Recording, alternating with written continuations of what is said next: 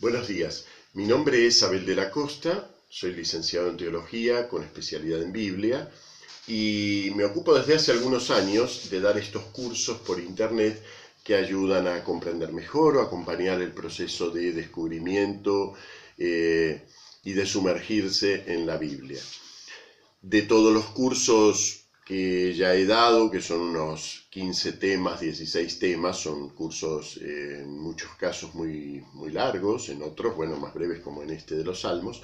Precisamente uno de mis temas preferidos es tomar el tema de los Salmos. Lo que voy a mostrar ahora es el audio y las diapositivas, no grababa todavía este vídeo en ese momento, de uno de los turnos en los que he dado este curso. Los espero a todos el día jueves 3 de mayo a la 1 de la tarde de España, luego cada uno buscará en internet el horario que corresponde a su país, para los que quieran comenzar el curso de los Salmos. Los que no pueden estar en vivo en Skype pueden hacerlo en diferido, precisamente escuchando los audios o recibiendo los vídeos cuyos links mando por email. Bueno, muchas gracias, nos vemos el jueves. Bueno, muy bien. Bueno, vamos a empezar entonces con el de Salmos. Sí. El de Salmos yo lo concebí, fíjense, el curso se llama Palabras de Dios dirigida a Dios. Yo concebí, digamos, este curso muy estrechamente relacionado con el uso de los salmos como oración. Es decir, no es un curso técnico sobre el salterio, aunque necesitamos aprender muchas cosas un poquito técnicas sobre los salmos, pero no es un curso que apunte, podríamos decir así, a la exégesis de los salmos o a quedarnos en los salmos como libro bíblico, sino a los salmos sobre todo en su uso como oración. Yo diría que los salmos son prácticamente el puente para el cristiano, son el puente entre el Antiguo Testamento y el Nuevo, ¿no? Por un lado, son lenguaje del Antiguo Testamento, eso no hay ninguna duda, son bien del Antiguo Testamento. Por el otro, fue prácticamente el primer texto que el cristianismo naciente utilizó para encontrar el sentido escriturístico de Jesús, cómo Jesús estaba anunciado ya en la Escritura, ¿no?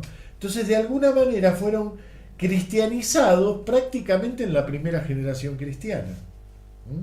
Entonces, los salmos tienen ese, podríamos decir así, como estatuto intermedio, ¿no? Son del Antiguo Testamento, pero son también del Nuevo. Eso los hace muy privilegiados, porque son toda una puerta para el Antiguo Testamento, ¿no? Con ese temor que le solemos tener al Antiguo Testamento, difícil de leer, distante a nosotros, nos cuesta meternos en el Antiguo Testamento, y los salmos son una puerta muy privilegiada porque están ahí en el medio. Además son, como se los pongo aquí en la diapositiva, ¿no? Los poemas religiosos por excelencia de la Biblia. Cuando nos olvidamos que el lenguaje bíblico es fundamentalmente poético, cuando, digamos, dejamos de lado ese aspecto del lenguaje bíblico, terminamos en una comprensión racionalista de la Biblia, de toda la Biblia, ¿no? Entonces, un poco los salmos nos vuelven a poner cable a tierra, ¿no? Nos dicen, no, pero mira, en realidad todo lo que hay para decir de Dios, en su propia revelación, en su propia Biblia, todo lo que le podemos decir a Dios con sus propias palabras, se condensa en estos poemas, ¿no? Nos vuelven a poner en la sintonía adecuada con el lenguaje de la Biblia, ¿no? Que es un lenguaje fundamentalmente poético. Bien, ya a lo largo de los encuentros, sobre todo en el segundo y en el tercero, iremos definiendo mejor esto del lenguaje poético, porque nosotros tenemos un poco identificado lo poético con lo sentimental, con la emoción, y claro, lo poético tiene algo que ver con lo sentimental y con la emoción, pero lo poético es mucho más que eso. Entonces, En los encuentros 2 y 3, sobre todo, veremos lo que son los recursos poéticos de los salmos, cómo se constituyen el lenguaje poético. A tal punto han sido captados como poesía de una manera especial y distinta al resto del Antiguo Testamento, que los judíos medievales que compilaron el Antiguo Testamento y le dieron la forma que tiene en la actualidad y la unidad que tiene en la actualidad, llamados los masoretas o sabios de la tradición, ¿no? Ellos reservaron un juego especial de acentos, así de signos para acentuar los salmos, el libro de Job y el libro de los Proverbios. Esos tres los percibieron de una manera especial como libros poéticos. Y realizaron para ellos toda una forma de acentuarlos y de pronunciarlos distintas que para el resto. Los salmos son esencialmente para ser cantados. O sea, el salmo no debería jamás leerse como una prosa, jamás debería leerse ni siquiera como un poema en prosa, sino siempre están en función de un canto, de una apropiación, digamos, sonora. Claro, obvio que eso se pierde mucho en las traducciones, desde ya. Los salmos utilizan muchísimo, por ejemplo, los juegos de palabras, los juegos de sonidos. Todo eso está en los salmos permanentemente. Propiedades que se pierden al traducirlos, eso desde ya. Miren, el lenguaje poético en cualquier idioma es el lenguaje más difícil de traducir, siempre, de cualquier idioma a cualquier otro idioma. Cuando intentamos traducir poesía, es donde más percibimos nuestra insuficiencia para pasar de un idioma a otro. Y ahí más nos damos cuenta hasta qué punto la percepción del mundo, el modo como vemos las cosas, está condicionado por las palabras que usamos. Quizás en una prosa no nos damos tanto cuenta. Es decir, si yo digo esta mesa es marrón, la puedo decir también en inglés, lo puedo decir también en francés, lo puedo decir en alemán, en chino. No va a cambiar fundamentalmente, porque es una frase que simplemente describe un objeto.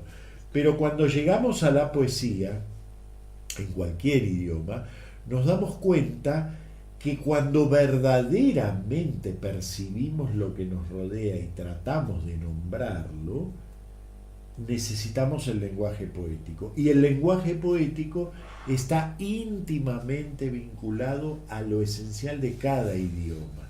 Entonces son muy difíciles de trasvasar. Ahí sentimos nuestra insuficiencia. No quiere decir, bueno, entonces si no los leen en hebreo o si no los leen en griego, no los entienden. No, sí, tampoco nos vamos a ir al otro lado. Sí, pero hay que un poco hacer un esfuerzo de reconstruir espiritualmente ese texto. Los salmos son de muchos géneros. Los salmos no son un tipo de poesía específica, como nosotros decimos, bueno, la Ilíada es un poema épico.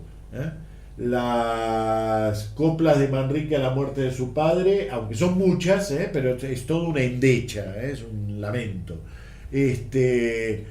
No sé, por decir, el cántico del Cid, que es muy largo y sin embargo en conjunto es un canto de gesta. En el caso de los salmos son 150, pero son 150 los del libro de los salmos. Ahora vamos a hablar un poco de los otros salmos que hay. Son 150, pero son muy variados. No hay un único género. Entonces, de un salmo al otro, nos podemos encontrar con que hemos variado de género, ya no estamos en el mismo tipo de poema. Hemos variado a lo mejor de época, hemos variado de autor, de tono, de significado general, de mundo poético. Los salmos no tienen una unidad muy visible. En conjunto, en el libro, en el Tanaj hebreo, o sea, en el Antiguo Testamento en hebreo se llama Tanaj, en el Tanaj hebreo, el nombre de salmos es Tehilim, que quiere decir alabanzas. Tejilá es el singular, Tehilim es el plural. Alabanzas. Pero tampoco todos los salmos son Tehilim. Lo que pasa es que como nombre genérico, en la Biblia hebrea se lo llama así, Tehilim. En griego se llamaron salmoi. Salmos es el singular, salmoi el plural. De ahí nos viene el nombre que le damos nosotros. Y es un nombre muy adecuado, yo les diría que incluso es mejor que el nombre hebreo, porque salmoi significa simplemente piezas poéticas para cantar con acompañamiento de cuerdas. El salmos es un tipo de instrumento de cuerda que se usa como acompañamiento del canto, como una especie de lira. Entonces, los salmos en griego se llaman salmoi, o sea, piezas para cantar con ese instrumento. Y la verdad es que es un nombre muy adecuado porque describe realmente lo que son, no los encasilla en un género, porque resulta que hay salmos que son alabanzas, hay salmos que son endechas, hay salmos que son lamentaciones, hay salmos que son oraciones personales, hay salmos que son, no sé, oraciones comunitarias, salmos de entronización, epitalamios, o sea, salmos de bodas. Hay distintos tipos de género. Bien, ya les digo, en la clase 2 y 3 vamos a clasificar un poquito mejor esto de los géneros. Bueno,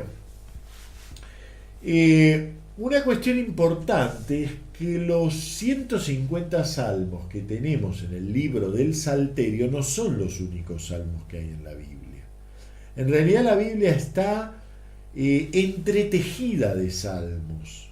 Hay como una textura sálmica de la Biblia. Está permanentemente en diálogo con piezas poéticas. Algunas las reconocemos como piezas poéticas y otras simplemente forman parte de la poesía de un texto, pero no las acostumbramos a aislar. Miren, en Isaías, en Habacuc, en Jeremías, en las Lamentaciones, en Job, está tachonado de piezas poéticas que si no estuvieran metidas adentro de un texto más grande, también las llamaríamos salmos. Lo que pasa es que, acostumbramos llamar salmos solamente a la colección de los 150.